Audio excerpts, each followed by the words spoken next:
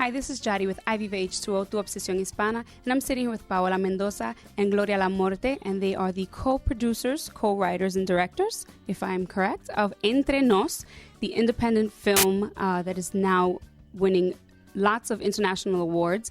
I want to talk a little bit about the film. I know that you co-wrote it and you co-directed it. However, Paola, you are the main actress of the film. This is actually your mom's story and your story.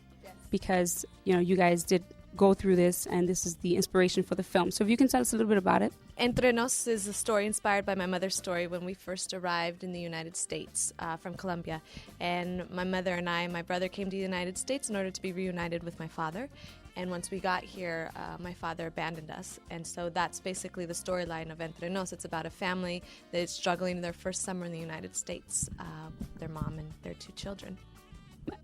I just want to know, I know I was reading on the website that you had to kind of dissect the story from your mom. You had to do a lot of research, and I know that must have been difficult, and you co-wrote it. So, Gloria, if you can give us a little more information on how you took the story of your mom's interpretation, well, not her interpretation, but her experience, and interpret into a film that we can all relate to and we can all kind of sympathize with. That was one of the, I think it was one of the most beautiful things that happened in the story, because Paola, when we started writing, we weren't solely focused on what happened. I think what our goal was to really get at the heart of what Paola's mother was feeling at the time, and then relate that not just to, you know, to Paola's mother, but just to mothers in general that have to raise kids on their own, their fathers that have to raise kids on their own in a new land, without a language, limited resources. So that was really our focus. So although it was Paola's story, and that's why she asked me to be part of the, and I'm forever thankful to be part of the project, was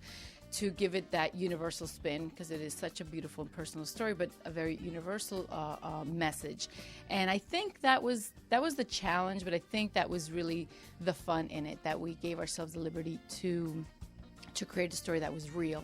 In terms of in a universal sense and in a personal way. Paola, I know that you have come out in various other films, but this is more of a personal story.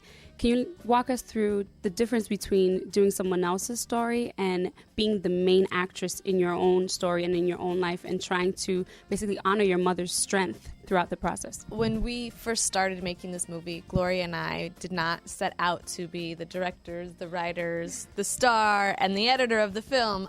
It's an independent film, and so that's just kind of how the cookie crumbled, and we ran with it in order to make the film get made.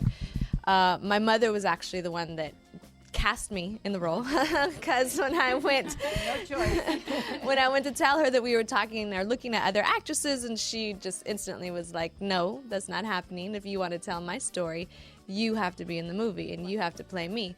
So I said, all right, and I told Gloria, and Gloria was totally fine with that. And I think the reason why that didn't come naturally was maybe because it was a little bit frightening, and maybe it was frightening and very intimidating to think that I was going to be able to tell this story or be this person that I've grown up with, clearly, but also a person that I love and admire and I think the world of.